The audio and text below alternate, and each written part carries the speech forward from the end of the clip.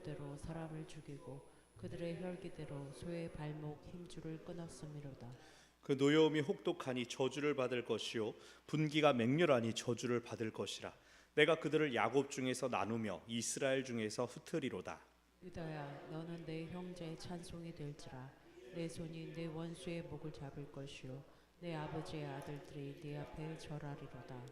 유다는 사자 새끼로다. 내 아들아, 너는 움킨 것을 찢고 올라갔도다. 그가 엎드리고 웅크림이 숫사자 같고 암사자 같으니 누가 그를 범할 수 있으랴. 규가 열리도록 떠나지 아니하며 통치자의 지팡이가 그 발 사이에서 떠나지 아니하기를 실로가 오시기까지 이르리니 그에게 모든 백성이 복종하리로다. 그의 나귀를 포도나무에 매며 그의 암나귀 새끼를 아름다운 포도나무에 맬 것이며 또 그 옷을 포도주에 빨며 그의 복장을 포도즙에 빨리로다. 그의 눈은 포도주로 인하여 붉겠고 그의 이는 우유로 말미암아 기리로다. 스불론은 해변에 거주하리니 그곳은 배 매는 해변이라. 그의 경계가 시돈까지이리로다. 이사갈은 양의 우리 사이에 꿇어앉은 건장한 나귀로다. 그는 쉴 곳을 보고 좋게 여기며 토지를 보고 아름답게 여기고 어깨를 내려 짐을 메고 앞제 아래에서 섬기리로다. 다는 이스라엘의 한 지파 같이 그의 백성을 심판하리로다. 다는 길섭의 뱀이요 샛길의 독사로다. 말굽을 물어서 그 탄 자를 뒤로 떨어지게 하리로다. 여호와여, 나는 주의 구원을 기다리나이다. 갓은 군대의 추격을 받으나 도리어 그 뒤를 추격하리로다. 아셀에게서 나는 먹을 것은 기름진 것이라. 그가 왕의 수라상을 차리리로다. 납달리는 노인 암사슴이라 아름다운 소리를 바라는도다. 요셉은 무성한 가지 곧 샘 곁에 무성한 가지라. 그 가지가 담을 넘었도다. 활 쏘는 자가 그를 학대하며 적개심을 가지고 그를 쏘았으나 요셉의 활은 도리어 굳세며 그의 팔은 힘이 있으니 이는 야곱의 전능자 이스라엘의 반석인 목자의 손을 힘입음이라. 내 아버지의 하나님께로 말미암나니 그가 너를 도우실 것이요 전능자로 말미암나니 그가 네게 복을 주실 것이라. 위로 하늘의 복과 아래로 깊은 샘의 복과 젖먹이는 복과 태의 복이리로다. 내 아버지의 축복이 내 선조의 축복보다 나아서 영원한 산이 한없음 같이 이 축복이 요셉의 머리로 돌아오며 그 형제 중 뛰어난 자의 정수리로 돌아오리로다. 베냐민은 물어뜯는 일이라. 아침에는 빼앗은 것을 먹고 저녁에는 움킨 것을 나누리로다. 이들은 이스라엘의 12지파라.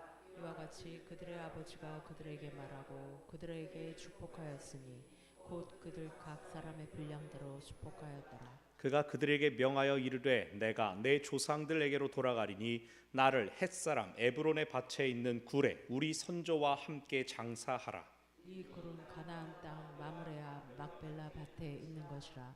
아브라함이 햇사람 헤브론에게서 밭과 함께 사서 그의 매장지를 삼았으므로 아브라함과 그의 아내 사라가 거기 장사되었고 이삭과 그의 아내 리브가도 거기 장사되었으며 나도 레아를 그곳에 장사하였노라. 이 밭과 거기 있는 굴은 햇사람에게서 산 것이니라. 함께 읽습니다. 야곱이 아들에게 명하기를 마치고 그 발을 침상에 모으고 숨을 거두니 그의 백성에게로 돌아갔더라. 아멘. 제 아이들하고 가끔씩 야곱의 축복을 부릅니다. 우리 잘 아시죠? 너는 담장 너머로 뻗은 나무. 제가 어렸을 때 대추나무 있는 집에서 자라면서 그 옆집에서 나무까지 안 넘어오게 하세요 그래가지고 가지 넘어온다고 얼마나 난리를 쳐대는지 담장 너머로 나무가 뻗으면 이게 좋은 건가? 저는 잘 몰랐었는데 커보니까 알겠네요. 오늘 본문 이 요셉에 대한 축복의 이 노래 가사가 나오죠. 이 노래 제목 야곱의 축복이 그냥 야곱의 축복이 아니라 요셉에게 한 야곱의 축복 혹은 야곱에게 받은 요셉의 복이라고 할 수 있겠죠. 정확하게 말하면 성경에는 여러 축복들이 등장합니다. 특별히 우리가 창세기를 계속 살펴보면서 여러 아버지자 족장들이 자녀이자 후계자들을 축복하는 장면들을 우리가 계속해서 살펴보았습니다. 오늘 우리가 함께 읽었던 본문 49장은 성경 전체에서 등장하는 첫 번째 시입니다. 그리고 창세기에서 가장 긴 시이기도 합니다. 창세기 49장의 소제목 야곱의 축복, 앞에 노래처럼 야곱의 축복이라고 알려져 있지만 우리가 방금 읽었다시피 축복만 있지가 않습니다. 저주들이 함께 섞여 있죠. 그래서 정확하게 말하면 49장은 야곱의 유언이라고 불러야 됩니다. 야곱은 선대 족장들보다 더 많은 아들들을 두었기 때문에 이제 임종을 앞두고 긴 호흡으로 아들들 각각을 축복하고 또는 저주합니다. 이 유언들에는 그 해당되는 아들의 개인적인 사건 그것들이 담겨져 있는가 하면 장차 일어나게 될 역사 속의 성취도 담겨져 있습니다. 오늘 우리는 이 야곱의 유언을 예언적인 선포라는 차원에서 살펴보면서 오늘 우리에게 주어지는 하나님의 말씀을 어떻게 받을 것인가 또 어떻게 흘려보낼 것인가를 나누려고 합니다. 우리가 지난주 48장에서 야곱이 요셉의 두 아들인 므낫세와 에브라임을 자기 집계로 내 아들로 삼겠다라고 한 것을 봤습니다. 그래서 출애굽 이후로는 이 요셉 지파라는 표현은 거의 등장하지 않습니다. 그냥 대표적으로 얘기할 때 묶어서 둘을 같이 하는 일은 거의 없고 에브라임을 대표성을 띠게 할 때 요셉 지파라고 부르는 것 외에 에브라임 지파, 므낫세 지파가 다른 아들들의 이름처럼 독립된 지파로 나타납니다. 근데 우리가 48장 이미 지난주에 살펴봤을 때 야곱이 그 손자들 처음 봤습니다. 이들 누구냐? 라고 물어봤죠. 그래서 그들을 축복할 때 야곱의 어조는 비교적 건조했습니다. 오늘날 우리식으로는 사무적인 표현들, 일반적인 표현이었습니다. 우리도 그럴 때 있지 않습니까? 누군가 나를 위해서 기도해 줄 때 나를 모르는 사람이 기도하면 건강 주시고 지혜 주시고 그러면 일단 아멘 이러고 마는데 나를 아는 사람이 나를 위해 기도할 때 형편과 처지를 아시죠? 내 약함 아시죠? 아픈데 꼭꼭 집어가며 기도하면 더 막 마음이 뜨거워지는 것처럼 오늘 본문에서 49장에서는 야곱이 12 아들들을 통해 유언을 남길 때 참 자식들이 잘 되기를 바라는 마음 또 잘못된 것은 반드시 고치기를 바라며 꾸짖는 참된 아버지의 마음을 우리가 볼 수 있습니다. 이제 절별로 보면 1절 아들들을 불러다가 말합니다. 너희가 후일에 당할 일을 내가 너희에게 알리겠다. 이 말이 예언이라는 우리가 알고 있는 예언이라는 단어 뜻 그대로입니다. 우리가 이후에 나오는 이전에 살펴봤던 예레미야라든가 선지자 그들이 말하는 예언은 미래적인 차원의 어떤 악파로 일어날 일을 얘기하는 예언이 아니라 대언하는 차원이 컸죠. 그런데 여기서 야곱이 말하는 것은 정말로 앞에 너희 가운데 무슨 일이 일어날지 내가 말하겠다라는 겁니다. 그런데 우리가 이 유언들을 쭉 살펴보면 이건 마치 복권 번호처럼 고정되어 있는 미래를 제시하는 것이 아닙니다. 그들의 과거에 있었던 일들을 복기함으로써 너네가 어떤 사람인지를 분명히 알아라. 그래서 너희들의 장단점을 고칠지 혹은 그대로 가지고 갈 경우에는 이러이런 일들이 일어날 것이다. 혹은 이런 일들이 일어나기를 내가 바란다. 장점을 살리면 좋은 일이 일어날 것이고 단점을 그대로 안고 가면 나쁜 일이 일어날 것이다. 그런 차원에서 그런 의미에서의 예언적인 선포를 야곱이 하는 것입니다. 이어지는 출애굽기에서는 12지파가 가지고 있는 개성 특징 나타나지 않습니다. 가나안에 정착한 후에야 그 지파들이 이 예언의 성취를 경험하는 것을 우리가 볼 수 있습니다. 그래서 이 오늘 본문의 야곱의 유언은 몇 대 400년보다 더 많은 시간이 지난 후에나 이루어집니다. 12 아들들이 쭉 열거가 되는데 크게는 태어난 순서대로 그리고 어머니의 순서대로 나누어집니다. 레아의 아들들의 이름이 쭉 나오고 첩의 아들들이 그 사이에 나오고 라헬의 아들들 요셉과 베냐민이 제일 끝에 나오죠. 근데 중간중간의 순서가 뒤죽박죽입니다. 13절부터 15절까지 이사갈과 스불론의 순서가 바뀌었고 또 16절부터 21절까지 나오는 단, 갓, 아셀, 납달리는 30장에서 보여주는 출생 순서와 다릅니다. 30장에서는 라헬의 여종 빌하가 먼저 단과 납달리를 낳고 또 레아의 여종 실바는 갓과 아셀을 낳았습니다. 그래서 이게 딱 둘씩 돼야 되는데 여기서는 이제 섞여 있습니다. 학자들이 막 다양한 견해들을 제시합니다. 축복의 내용, 긍정적인 내용들이 있으면 앞으로 했거나 혹은 가나안에 정착한 순서대로 안정된 순서대로 그들의 순서를 배치했다.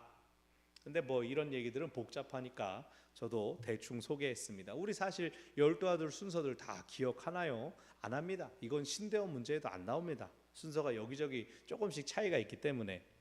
여기 게다가 한두 줄짜리 짧은 축복의 문장들 그 의미가 불명확한 부분들도 많이 있습니다. 그래서 각 아들에게 주어진 이 유언이 무슨 뜻이냐 그것을 일일이 해석하기보다는 축복, 저주라는 큰 관점에서 간단하게 살펴볼 겁니다. 먼저 3절부터 7절까지 루벤, 시므온, 레위가 순서대로 나옵니다. 첫째, 둘째, 셋째 아들이고 셋 다 저주를 받습니다.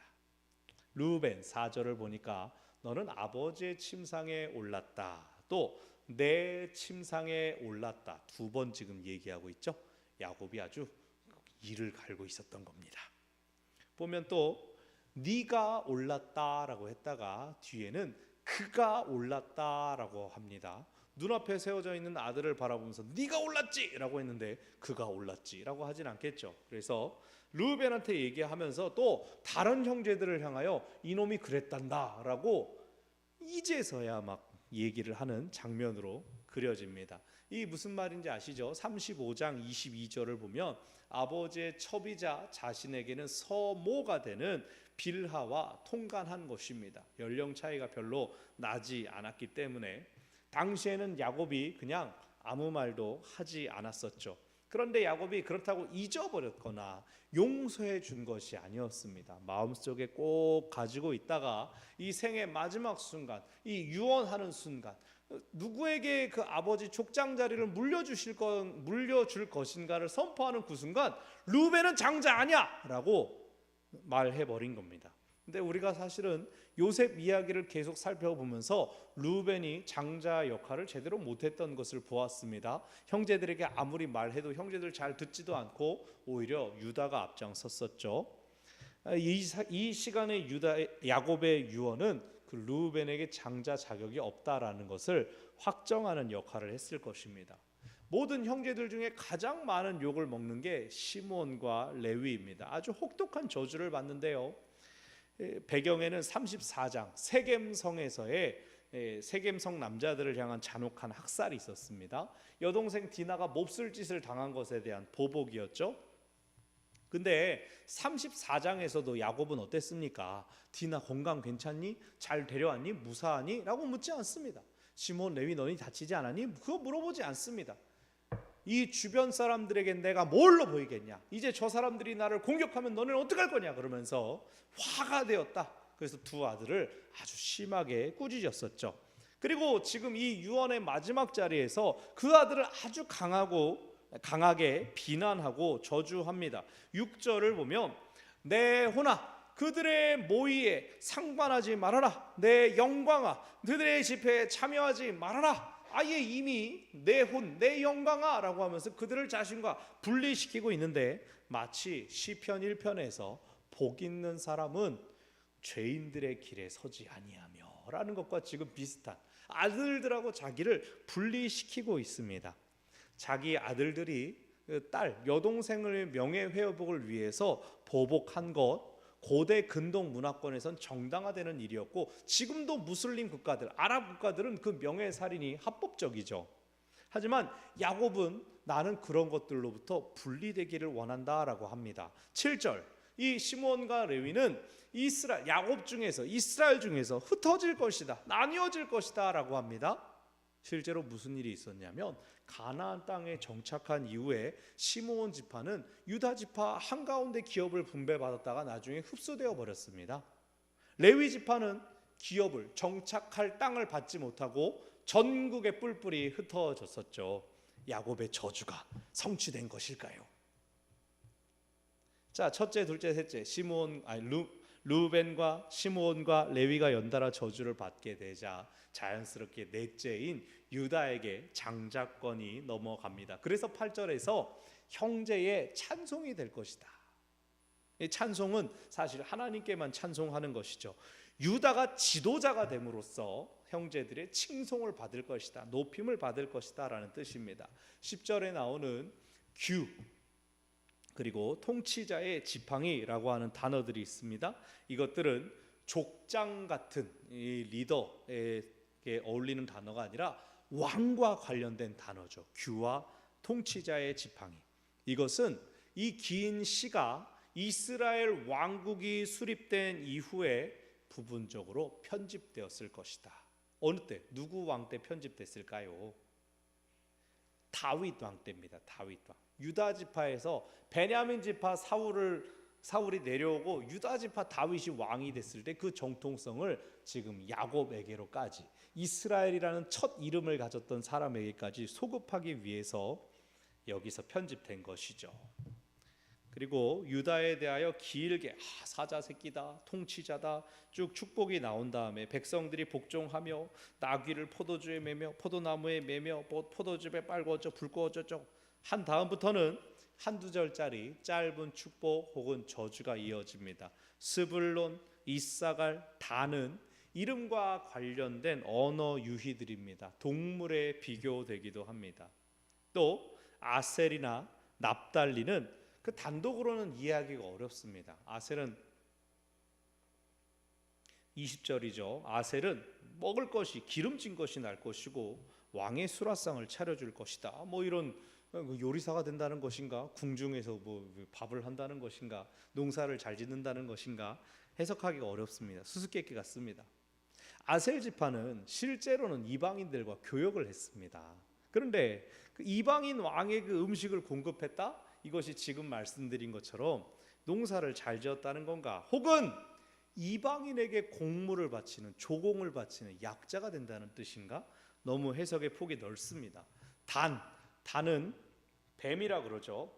17절에 나오는 단은 길섭의 뱀이로다, 샛길의 독사로다. 그런데 창세기에서의 뱀이 좋아요, 나빠요? 아니, 나쁘죠. 사람을 죄짓게 만들었죠. 그럼 이게 칭찬인 것인가, 아니면 약삭 빠르다고 하는 것, 이게 아니면 저주하는 것인지 비열하다는 뜻인지 알 수가 없습니다. 애매모호한 것 사이에 심지어는 18절 갑자기 여호와여 나는 주의 구원을 기다리나이다.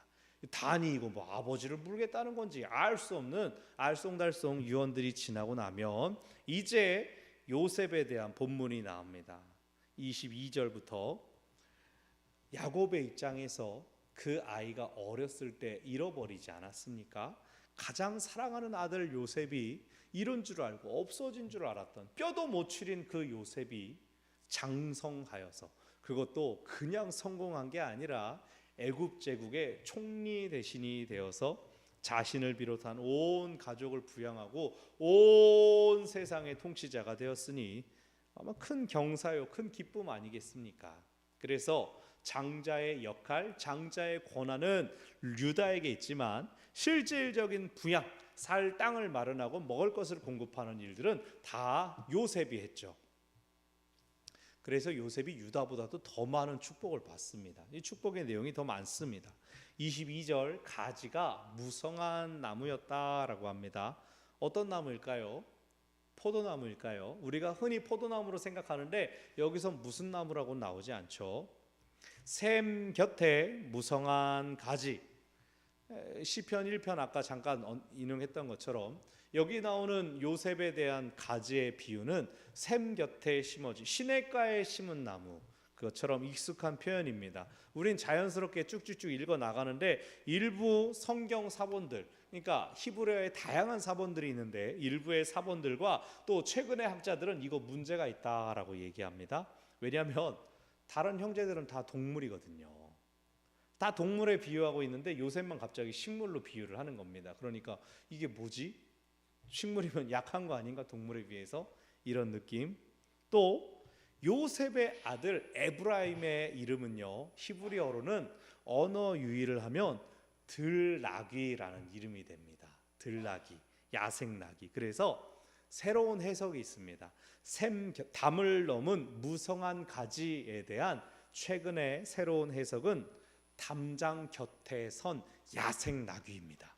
전혀 엉뚱하죠. 우리말로는 전혀 이건 비슷하지도 않고 근처도 안 간 것 같은데, 최근의 해석은 이것도 일부입니다. 주류는 아니고 담장 곁에 있는 야생나귀다. 동물로 얘기하니까 다른 형제들하고도 잘 어울리죠. 나귀가 있긴 있었습니다. 14절에 이사갈이 건장한 나귀다라고 했거든요. 아니, 이 나귀는 뭐고 또 다른 나귀는 뭔가? 근데 이사갈은 어떤 나귀냐면 길들여진 짐꾼 나귀로 길들여진 가축 나귀입니다. 그렇지만 요셉은 담장을 뛰어넘을 수 있는 길들여지지 않은 자유로운 영혼의 나귀라는 겁니다. 그래서 누가 그를 공격하려고 해도, 그간도를 억지로 길들이려고 해도 요셉은 얼마든지 자기 원하는 대로 갈 수 있다는 거죠. 실제로 요셉의 삶에서 어땠습니까? 그가 노예가 되기도 하고 또 죄수가 되었습니다. 그러나 그 상황에 갇혀 있지 않고 그가 다시 복권되지 않았습니까? 하나님께서 그를 도우셨기 때문이죠. 그래서 25절 26절은 49장 전체에서 축복의 절정을 이룹니다. 우리 같이 읽어볼까요? 2절 길지만 시작. 내 아버지의 하나님께로 말미암나니 그가 너를 도우실 것이요 전능자로 말미암나니 그가 내게 복을 주실 것이라. 위로 하늘의 복과 아래로 깊은 샘의 복과 젖먹이는 복과 태의 복이리로다. 내 아버지의 축복이 내 선조의 축복보다 나아서 영원한 산이 한없음 같이 이 축복이 요셉의 머리로 돌아오며 그 형제 중 뛰어난 자의 정수리로 돌아오리로다. 아멘. 요셉이 하는 모든 일마다 복되고 형통하며 하나님의 은혜 안에 있을 것이 약속되고 있습니다. 요 25절 같은 49장 25절 같은 경우는 제가 이 말씀을 뽑았을 때 그때 이제 서울 종로에 있는 교회를 섬기고 있었는데, 나는 그때 총각이고 아내도 만나기 전이었는데 젖먹이는 복과 태의 복 띠용 이러고 해가지고 두근두근 했더니 그 해 여름에 제 아내를 만나지 않았겠습니까? 할렐루야. 저한테는 그래서 야, 이거 말씀대로 이루어지는 그랬습니다. 마지막으로 간략하게 이제 막둥이 베냐민은 일이다. 일이 27절에 일이다라고 언급됩니다. 오히려 이쪽 뒤쪽으로 와서는 왕에 대한 언급이 없기 때문에 이 시가 기록된 것이 정말로 이것은 왕국 시대 이전에 기록되었다. 우리가 잘 알려져 있는 것처럼 모세가 편집하였다라고 하는 그 말 있죠. 요셉이 야생 나귀다 뭐 이런 내용 빼고는 사실 다 몇 번이고 들었던 내용일 겁니다. 여러분 이런 복 다 받으시기 바랍니다. 이런 말씀 다 받으셨죠? 그렇다면 여러분 이번에는 우리가 알고 있는, 우리가 기억하는 이스라엘 역사의 이 야곱의 유언들을 대입해 보면 어떻게 될까요? 모두가 야곱이 내린 축복대로, 야곱이 내린 저주대로 고정된 삶을 살았었습니까? 앞서서 레위 지파, 기업을 받지 못하고 12지파 사는 그 땅에 흩어졌다는 말씀을 드렸습니다. 왜 그렇게 됐죠? 그들이 싸움을 못해서 막 뿔뿔이 흩어졌나요? 아니죠. 민수기 3장에서 하나님께서 레위 지파를 영적 장자로 삼으셨습니다. 여기 지금 장자가 유다가 있고 장자의 역할은 요셉이 다 했는데 하나님께서 출애굽 이후에 영적 장자로 삼으신 것도 레위 지파였습니다. 그래서 하나님께서 레위 지파에게는 땅이 아니라 나를 기업으로 주겠다라고 했습니다. 야곱은 저주했는데 하나님께서는 레위 지파에게 다른 지파가 받지 못하는 복을 주셨습니다. 출애굽기 32장에 무슨 일이 있었습니까? 모세가 하나님과 40일 동안 대면하고 있었는데 백성들이 밑에서 이거 요셉 죽었나 보다, 이거 어떡하냐 걱정돼서 금송아지 만들었죠. 그리고 그 금송아지에 여호와라고 이름을 붙여놨습니다. 산에서 내려와서 모세가 분노했습니다. 아주 화가 나가지고 그만 그 돌판을 깨뜨렸습니다. 저는 그 장면을 볼 때마다 웃음이 터져 나오는데, 하나님이 기껏 새겨서 보냈는데 왜 그걸 지가 깨먹느냐고요. 깨뜨리고는 뭐 재 갈아가지고 막 이스라엘 사람들 먹이지 않습니까? 하나님의 편에 설 자는 이쪽으로 오라. 이스라엘 백성들을 향하여 외쳤을 때 같은 지파인 레위 지파가 모세에게 나왔습니다.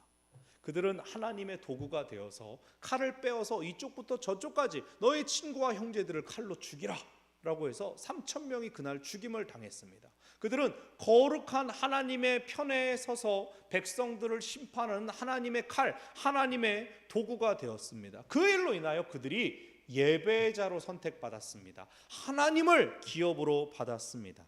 야곱의 저주에서 레위는 잔혹하게 죽이는 칼이라는 저주를 받았지만 금송아지 사건에서는 우상 숭배의 죄를 엄격하게 벌하는 하나님의 도구, 하나님의 칼로 쓰였습니다. 장차 그들이 기업을 받지 못하게 되는 것, 이스라엘 전 영토에 흩어지게 되는 것, 그것은 하나님의 명령이며 그들만이 받은 특권이었습니다. 유다는 가장 강력한 동물인 사자에 비유되었습니다. 그리고 왕의 약속이 그에게 주어졌죠. 유다 지파가 통치한 이스라엘 왕국 어땠습니까? 다윗과 솔로몬 때 나라가 부강하게 됐습니다. 그런데 우리가 열왕기상의 말씀을 살펴보고 있지 않습니까? 솔로몬의 아들 르호보암 때에 나라가 분열됩니다. 그 각자가 이미 다윗과 솔로몬 때에 그들 각자 개인의 죄 때문에 나라가 혼란을 겪고 어려움을 겪었습니다. 또 남과 북으로 분열된 그 나라들, 20명의 남유다 왕들, 유다 지파에서 난 다윗 가문에서 난 20명의 남유다 왕들이 있었지만 하나님 보시기에 선했다라는 평가를 받은 왕은 8명밖에 없었습니다. 축복대로, 여기 야곱의 축복대로 그들 가운데 왕이 나왔습니다. 그러나 완전하지도 않았고 나라는 비참하게 멸망하고 말았죠. 요셉, 그 아들 에브라임의 이름에서 들나귀가 나왔다라고 말씀드렸죠. 근데 남북 왕국이 분열될 때 가장 앞장섰던 여로보암이 바로 에브라임 지파였죠. 무슨 뜻일까요?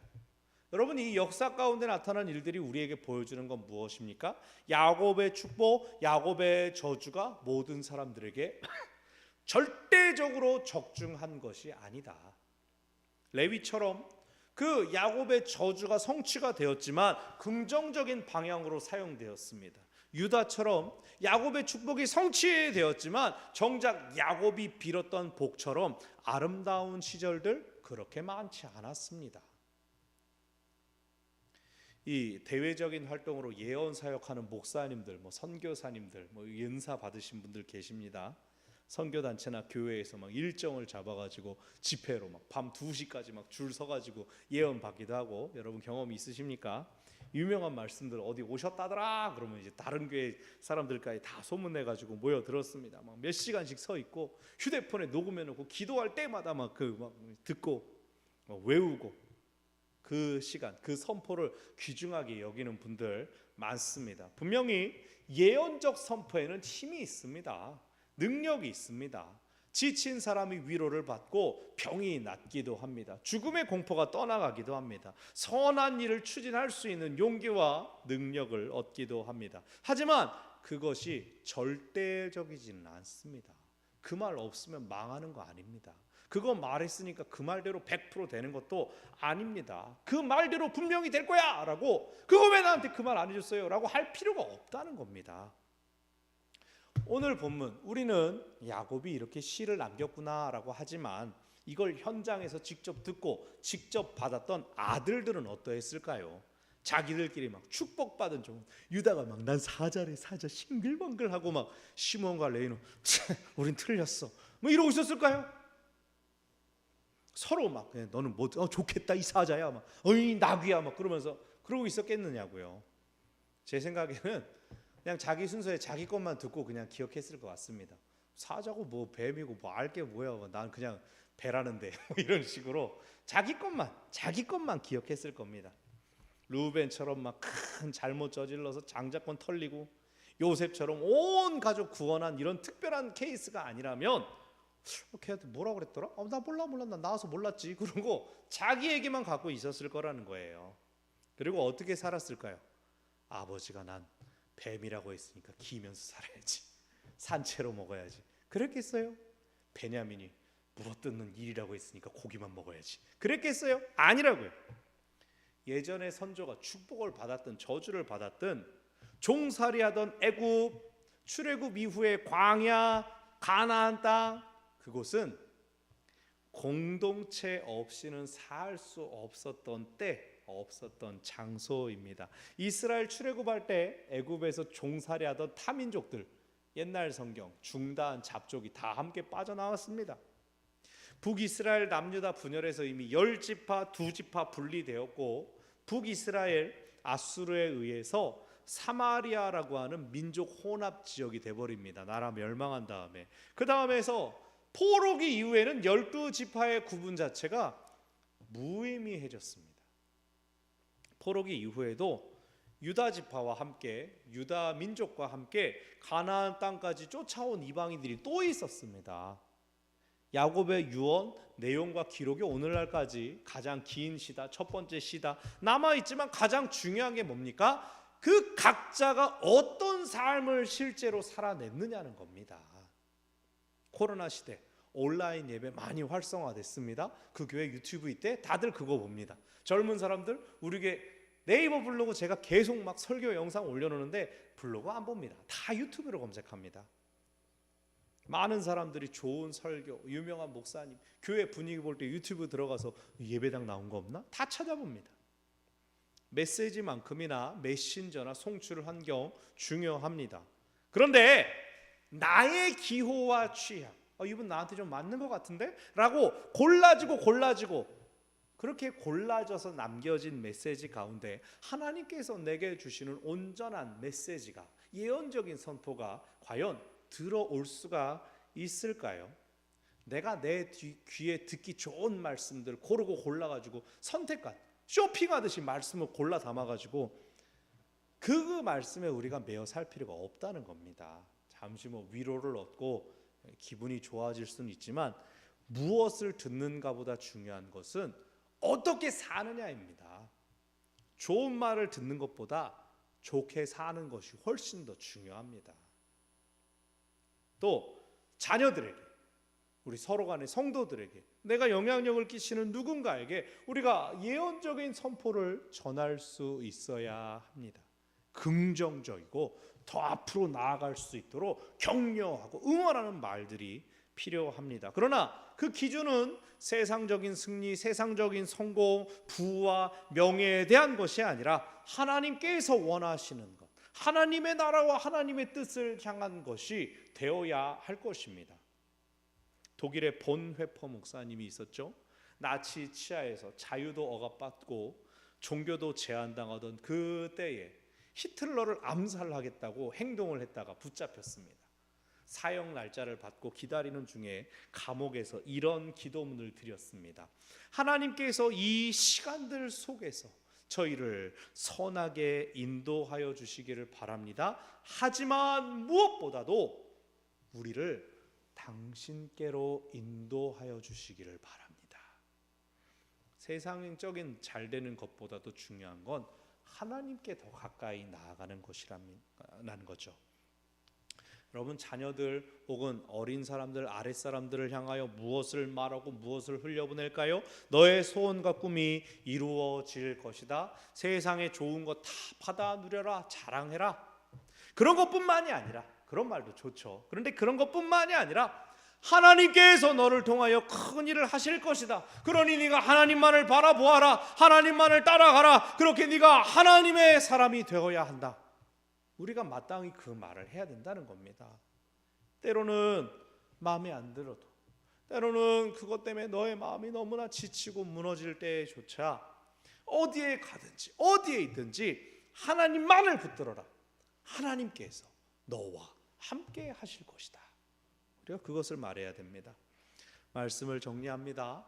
사랑하는 여러분, 우리에게 복 주시기 원하시는 하나님께서 말씀을 통하여, 그리고 서로를 통하여 서로에게 위로와 격려를 나누기를 원하십니다. 그것이 공동체이고 그것이 동역자입니다. 그러나 그것은 항상 귀에 달고 듣기 좋은 것들만 있지는 않습니다. 때로는 불편하고 때로는 어색하며 또 잘 전달하기 위해 지혜와 용기를 많이 발휘해야 되는 것들이 있습니다. 그럼에도 우리가 속해 있는 자리에서 우리에게 익숙한 그 가운데에서 우리는 예언적인 선포의 능력을 경험할 것입니다. 귀를 열고 마음을 열고 하나님의 말씀을 구하는 자에게 하나님께서 응답하여 주실 것입니다. 또 우리는 세상을 위한 중보자입니다. 세상을 향한 영적 제사장입니다. 서로를 그리고 이 세상을 축복하고 예언적인 선포의 말씀을 외칠 책임들이 우리 입술에 주어져 있습니다. 하나님을 드러내고 하나님을 증거하며 사람들의 마음과 생각을 하나님께로 돌이키는 하나님께서 사용하시는 사람, 저와 여러분, 우리 모두가 그렇게 되기를 바랍니다. 우리 아까 전에